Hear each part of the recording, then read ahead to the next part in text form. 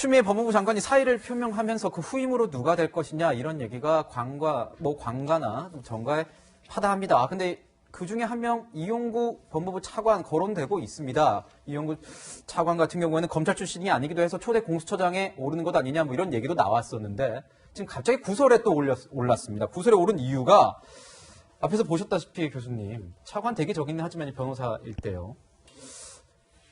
음주 상태에서 이제 이제 택시를 탔습니다. 이제 택시 기사와 실랑이가 있었던 것 같아요. 경찰까지 출동을 했는데 이게 내사 종결이 됐어요. 이 상황을 두고 논란이 좀 일고 있습니다, 교수님. 지금 시민단체가 이제 고발을 한 상태예요. 그래서 네. 아마 수사가 진행이 되기 때문에 좀 더 내밀한 이제 얘기들이 나오겠죠. 그런데 지금 알려진 바로는 이제 음주를 하고 집에 가는 와중에 이제 잠에 이제 빠져서 택시 기사가 사실상 깨울 때 네. 내려서 뭐 목덜미를 잡았다. 뭐 이렇게 해서 이제 폭행으로 이제 됐는데 단순 폭행으로 처리가 되고 이럴 경우에는 이제 피해자가 사실상 조치를 원하지 않으면 처벌을 원하지 않으면 처벌이 안 받는 그런 부분으로 이제 내사 종결이 되는 걸로 알고 있어요. 그런데 또 특가법상으로는 운행 중인 상황에서 이제 운전자를 이제 폭행했다. 그러면 이게 이제 특가법에 이제 적용이 된다고 얘기를 해요. 그러니까 사실상 가장 핵심은 차가 운행 중이었느냐, 아니면 완전히 주정차된 상태였느냐. 그것이 규명되는 것이 이것이 단순 폭행이냐 아니면 특가법상의 어떤 처벌에 해당이 되는 것이냐를 구분하는 것 같아요. 그런데 뭐 이렇든 저렇든 간에 변호사면 우리 사회에서 굉장히 어떻게 보면 이 여론 형성층의 네. 인물이라고 이제 우리가 볼 수 있는 인물인데 이런 분이 이런 과정 속에서 어떤 형태로든 택시 기사를 폭행했다는 것 자체가 이제 잘못된 것이고 그런 부분에 있어서는 뭐 한 달 전이라고는 하지만 본인의 어떤 사과 뭐 이런 것들이 또 필요한 거 아닌가 이런 생각해 봅니다. 네, 이 법조인인 이 차관입니다. 이 운행 중인 차량 운전자를 폭행하면요. 특가법이 적용된다는 거를 모르지는 않았을 것 같아요. 근데 본인은 당연히 적용을 안 받고 싶었겠죠. 근데 경찰이 내사 종결한 것이 저는 문제라고 보는데 경찰에서 이 부분에 대해서 정차 중인 차량이고 택시기사가 처벌을 원하지 않았다는 이유로 내사 종결한 것이 과연 이 당사자가 법무부의 이 실장을 거쳤던 이용구 차관, 그때는 물론 차관이 아니었습니다만 신문 조회를 해보면 고위공직자 출신이고 이 정권의 실세라는 거 누구나 다 알 수 있잖아요. 이 사람이 아닌 다른 사람이었다면 과연 이렇게 빨리 내사 종결을 했을까? 그 부분에 대해서도 우리가 이 권력자들에게 가해지는 법의 잣대가 일반 시민들과는 다른 것이 아닐까 한번 살펴봐야 되는 것이 앞서 리포트에도 나왔지만 헌법재판소에서 정차 중인 차라 할지라도 그 차에서 폭력 행위가 있었다면 이거는 이제 특정범죄 가중법으로 처벌하는 것이 맞다는 그런 해석을 내놓은 바가 있습니다. 그러면 경찰에서 아마도 일반 시민이었다면 이게 내사 종결 사안인지 아니면 이 특정범죄 가중법 처벌 사안인지에 대해서 좀 더 면밀한 법적 검토를 했을 것 같아요. 너무 빠르게 네. 그날 당일날 바로 내사 종결 처리가 됐다는 거잖아요. 이런 처리가 나온 그 배경이 과연 이용구 차관의 어떤 이 법무부 실장으로 근무했던 이력이 아니었으면 가능했을까? 일단 많은 국민들이 이런 의혹을 가지고 있기 때문에 본인 스스로가 지금 차관 자리에 있더라도 뭐 당장 차관 자리에서 물러나라 말하는 말씀은 드리기가 어렵습니다. 다만 차관 자리에 있더라도 다시 한번 수사기관에 출석해서 이것이 법적으로 종결이 될 사안인지 아니면 특가법에 의해서 처벌을 받아야 될 사안인지 조사 정도는 한 번 더 받는 그런 책임 있는 모습을 보여줄 필요가 있지 않을까 싶습니다. 네, 진중권 전 교수, 국민을 폭행한 폭력 차관이다. 그러므로 해임해야 한다. 이런 얘기 지적을 했습니다. 이를 권력층의 갑질 문화라고도 얘기했는데 뉴스A 라이브의 법조인 우리 김태현 변호사님께 여쭤봐야 될 것 같습니다. 경찰에서는 정차 중이었기 때문에 특가법 적용 상황은 아니라 해명했는데 법조계의 의견은 어떻습니까? 뭐 법조계 보는 사람마다 시각은 다를 건데 네. 제가 봤을 때는 결론의 문제가 아니고 과정이 근데 사실 이거 경찰 수사 기록을 좀 봐야 제가 확실하게 알 수 있는데 제가 그걸 볼 수 있는 위치가 아니라서 혹시 취재가 되시면 그 수사 기록 보면 아마 답은 나올 건데 제가 봤을 때는 경찰에서 좀 덮어줬을 가능성이 높다고 봐요. 이게 왜 그러냐면요. 지금 보세요. 이게 이제 정차 중이기 때문에 단순 폭행을 적용하거나 특가법을 적용할 거냐고 하는 건데 법이 개정됐어요. 저 사건 일어나기 전에 이미 법이 개정돼서 정차 중인 차량도 운행 중인 어떤 저 차량으로 본다라는 어떤 조문이 들어가서 승하차 과정에서 저 택시기사님이 저 승객 내리다가 승객이 때리면 그 운행 중에 때린 거랑 같이 보거든요. 그럼 특가법 적용한 게 맞아요. 네. 그럼 특가법을 적용하게 되면 어떻게 되냐? 반의사불벌죄가 아니기 때문에 합의가 되더라도 그냥 진행을 해야 됩니다. 형량은 굉장히 얕게 나고 벌금은 구공판이지만 물론 그 경우에도 내사정결이나 각하되는 경우는 어떤 경우냐면 피해자가 자 나는 처벌 원하지 않습니다. 그리고 합의서 제출하고 경찰에 출석해가지고 피해 진술을 안 해요. 계속 진술 나 저 생업 때문에 바쁜데 왜 자꾸 부르냐고 나 안 나갈 거라고 이러면 경찰 입장에서는 피해자의 어떤 진술 조서가 없기 때문에 그냥 각하 처리하거나 내사종결하는 경우들이 꽤 있어요. 네. 근데 이제 경찰이 밝힌 이유는 뭐 피해자가 합의가 됐고요. 피해자가 도저히 피해 진술을 안 해가지고 저희가 사건 진행할 수가 없어서 내사종결하고 각하했습니다. 이러면 문제가 안 돼요. 이런 사건은 되게 많아요. 근데 경찰이 얘기는 예전 법 해석을 가지고 이게 뭐 운행 중이 아니기 때문에 괜찮습니다. 이렇게 했다는 거거든요. 그런데 보세요. 그거를 운행 중이라고 운행 중이 아니라고 판단한 것도 잘못된 판단이지만 그래서 단순 폭행이잖아요. 그럼 단순 폭행에 합의됐으면 그냥 공소권 없으면 불기소 처분인데 뭘 또 내사종결하고 뭐 이렇게 복잡하게 가냐고요. 그러니 과정을 봤을 때는 뭔가 경찰에서 조금 부담을 느끼고 이렇게 좀 했을 가능성을 배제할 수는 없다. 그래서 결과보다 그 과정이 조금 저는 의아하다라는 거죠. 그냥 운행 중이 아니어서 단순 폭행이면 공소권 없어 불기소 처분해가지고 수사지휘 받아서 종결 딱 이랬으면 되는데 왜 그거를 그날 바로 이렇게 내사 종결까지 했을까? 저는 그게 좀 의아하다라는 겁니다. 이게 지금 논란이 됐습니다. 이 상황에서 경찰도 뭐 방금 말씀해 주신 것처럼 아직 뭐 확정된 거 아무것도 없습니다. 확인된 것도 없고 봐주기 논란이 있는지 봐주기 논란이 없는지 이 부분이 논란이 되고 있기 때문에 경찰이 오히려 더 이번만큼은 명명백백히 밝히는 그런 자세가 필요할 것 이게 같고 판결된 게 아니라 기판력이 없거든요. 그러니까 어쨌든 지금 고발에 들어갔으니까 이건 검찰의 수사지를 봐서 다시 한번 과정을 들여다볼 수밖에 없을 거예요. 그래서 아마 이거는 글쎄요. 제가 봤을 때는 좀 사건 처리 과정에서 조금 좀 의아한 과정들이 좀 보인다는 거죠. 개인 의견입니다. 네, 사건 처리 과정 제대로 뭐 들여다볼 수 있을 것 같고 또 뭐 이 차관 같은 경우에도 해명에 대해서 뭐 아까 말씀해 주신 것처럼 여론 형성층이 있기 때문에 해명하는 것도 하나의 의무가 될 수 있기 때문에 말씀해 주시는 것도 하나의 방법이 되지 않을까 이렇게 생각이 듭니다.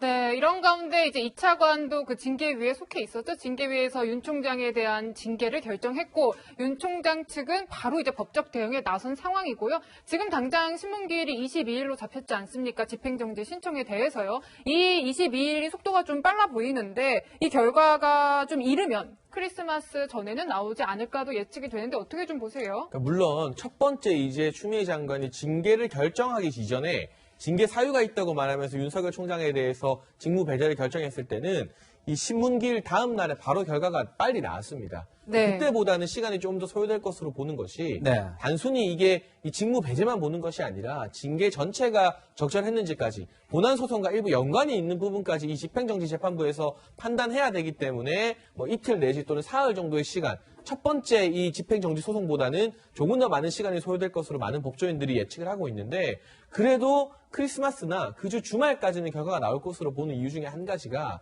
이번에 징계 결정된 게 정직 2개월입니다. 그런데 만약 이 집행정지 이 재판이 2주나 3주를 끌어버리게 되면요. 실질적으로 징계된 정직 2개월 중에서 3분의 1가량이 이미 직무 배제 상태로 다 날아가 버리는 셈이기 때문에 소를 제기한 윤석열 총장 입장에서는 이 판정이 늦게 나오는 것 자체가 본인에게 불이익이 계속해서 쌓이게 되는 것이죠. 이런 부분을 재판부가 충분히 인식하고 있고 또 국민적 최대 관심 사안이라 해도 과언이 아닌 것을 알고 있기 때문에 네. 크리스마스를 전후로 해서 비교적 빠른 판단을 내리기 위해서 아마 이 형사 12부에서 상당한 노력을 할 것으로 예상이 됩니다. 네, 벌써부터 이 신문을 맡은 판사에 대한 성향이 어떠냐 뭐 이런 얘기도 나오는 보도들이 있습니다. 근데 하지만 저희 요즘에 판사 사찰 의혹과 관련된 논란도 있고 해서 저희는 뭐 학교나 이전 판결 이런 것들은 다루지는 않겠습니다. 하지만 공적으로 나온 부분에 대해서는 다뤄볼 수 있겠죠. 교수님 보시기에는 어떻습니까? 요 결과가 좀 어떻게 나올 것 같으세요? 그 담당 판사가 이렇게 알려진 바로는 굉장히 신중하고 합리적인 그런 판결을 해오시던 분이다. 그래서 특히나 정치적인 어떤 색깔이 뚜렷하게 있지 않는 그런 성향의 분이다. 원칙주의자다, 뭐 그렇죠. 이런. 그렇게 네. 알려져 있어요. 그리고 많은 이제 그 판결문을 보면 보통 이런 뭐 원고나 피고의 어떤 주장의 옳고 그름은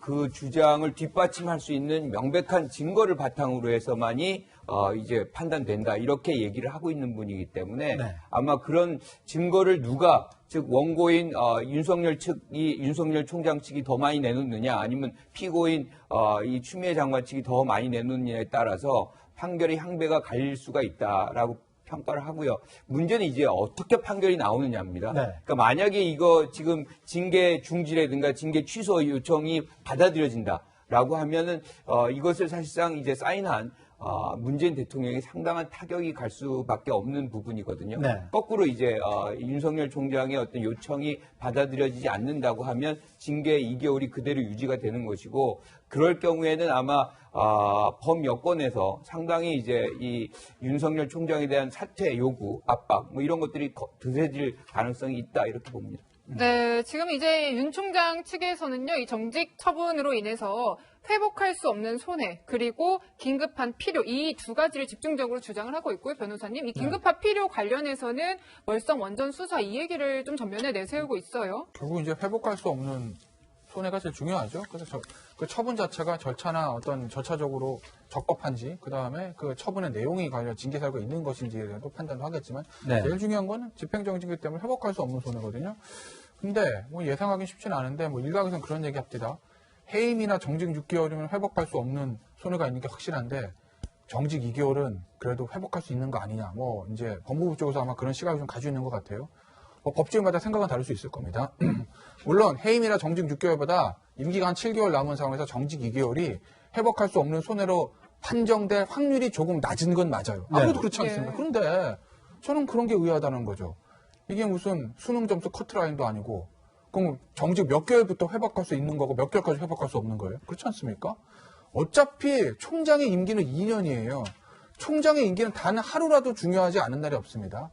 그 2년의 임기를 가진 총장을 정직의 모든 징계한다라는 건 나중에 행정소송에서 이겼을 때 그것이 정직 기간이 하루든 6개월이든 회복할 수 없는 건 똑같은 겁니다. 그렇지 않습니까? 그렇기 때문에 저는 정직 2개월이기 때문에 회복할 수 없는 손해로 인정되지 않고 정직 6개월만 인정됐을까지, 저는 이 시각엔 동의하지 않습니다. 기본적으로 윤 총장에 대한 징계가 적절한 것이냐, 이게, 그리고 어찌됐건 나중에 본안에서 승소했을 경우에 이게 회복이 될 수 있느냐 없느냐, 이걸 판단하는 것이기 때문에 저는 예전에 직무배제, 그걸 집행정지를 했던 그 흐름으로 이어본다면 저는 아마 윤 총장이 승소할 가능성이 높다고 저는 개인적으로 보고 있습니다. 네, 법무부는 윤 총장의 징계가 타당하다, 뭐 이런 걸 강조할 것으로 보입니다. 뭐 징계위 측에서도 얘기가 나온 게 모든 비의 사실을 다 합치면은 해임까지도 가능한 상황이었다, 이렇게 얘기가 나오고 있는데, 이러니까 여권에서는 얘기가 나오는 게,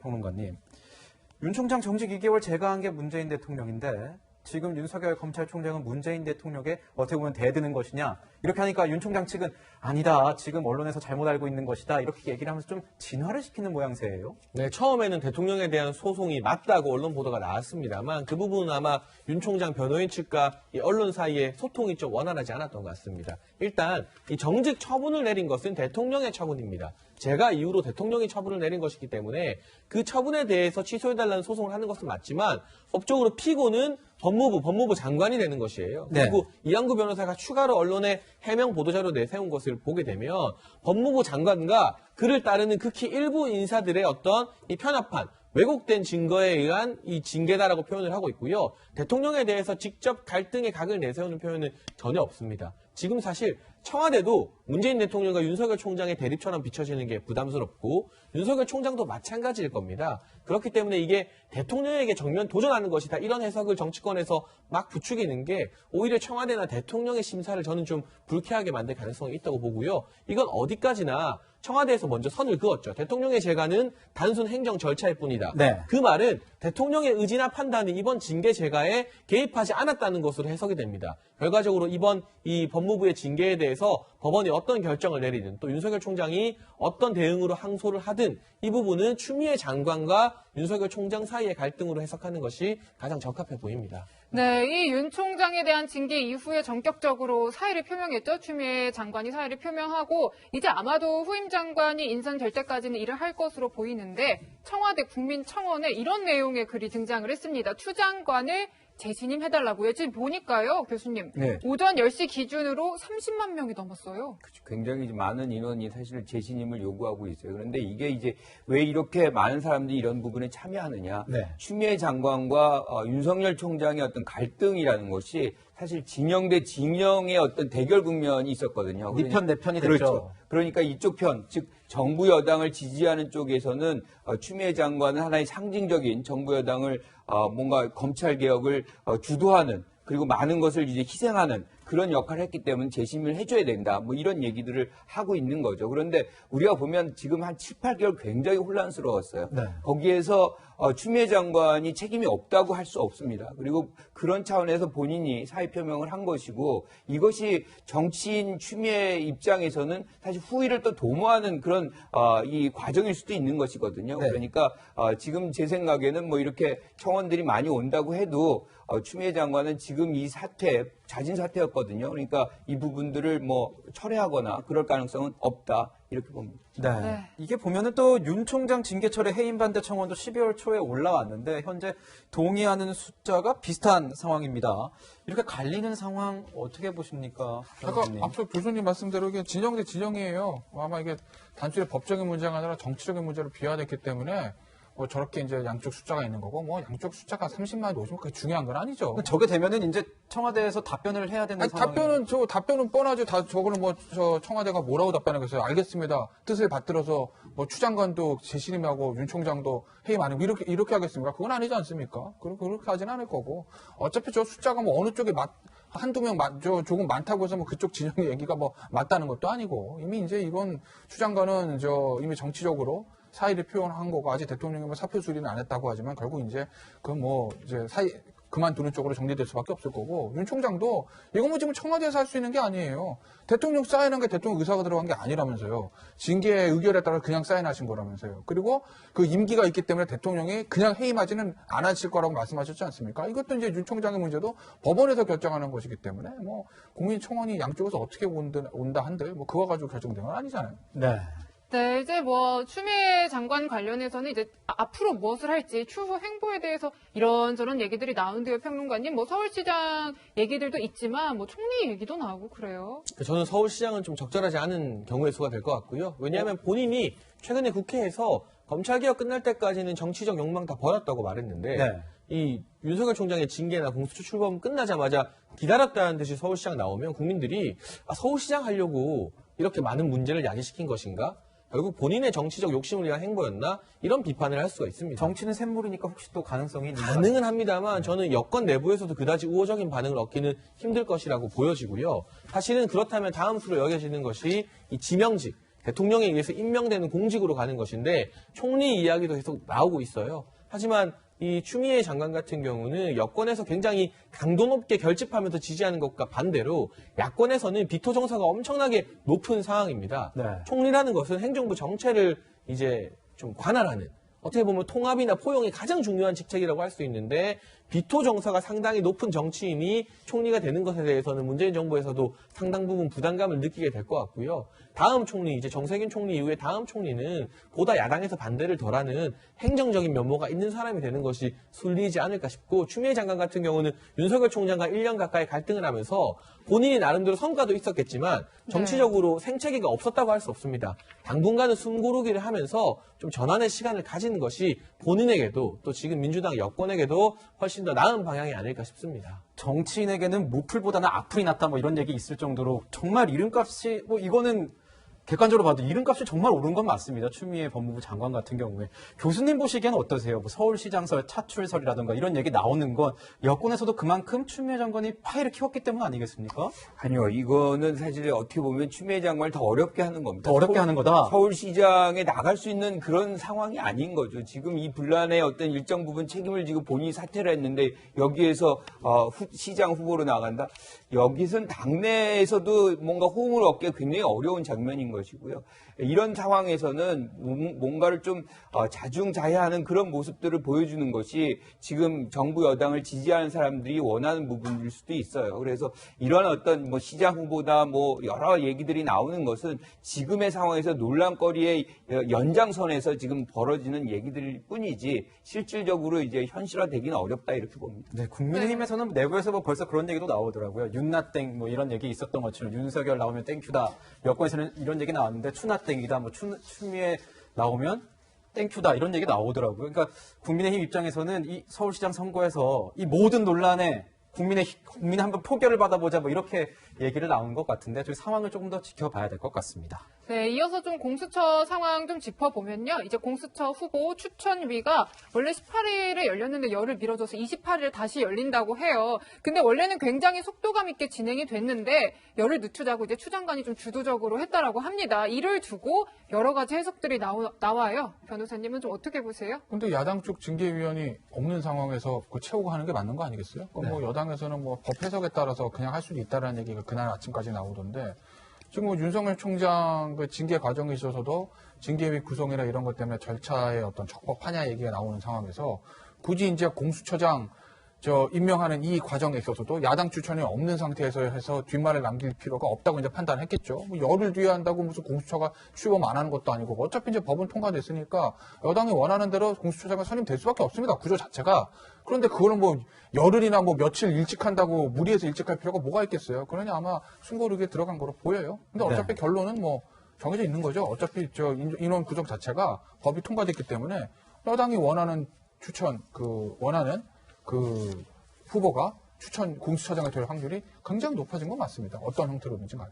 교수님, 저도 공수처 좀 궁금했던 게요. 28일 날 이제 정하기로 결정이 된 것 같은데, 그러면은 공수처장 후보에 새로운 인물이 지금 말고 또 다른 인물이 나올 수 있는 건지와 추미애 장관의 발언권이 거기서 더 높아질 수 있는 건가요? 왜냐하면 자기가 밀었기 때문에 오늘만큼은 내가 정해야겠다 해서 추미애 장관이 미는 사람이 더 그런 얘기가 지금 나오고 있죠. 28일로 연기를 하자는 것에 주도적 역할을 한 것이 지금 추 장관인데 추 장관이 그 과정 속에서 뭐라고 했냐면 우리가 새로운 법이 개정이 됐기 때문에 이제 후보를 추천하는 부분도 한 분씩 좀 더해서 새로운 분까지도 좀 받아보자.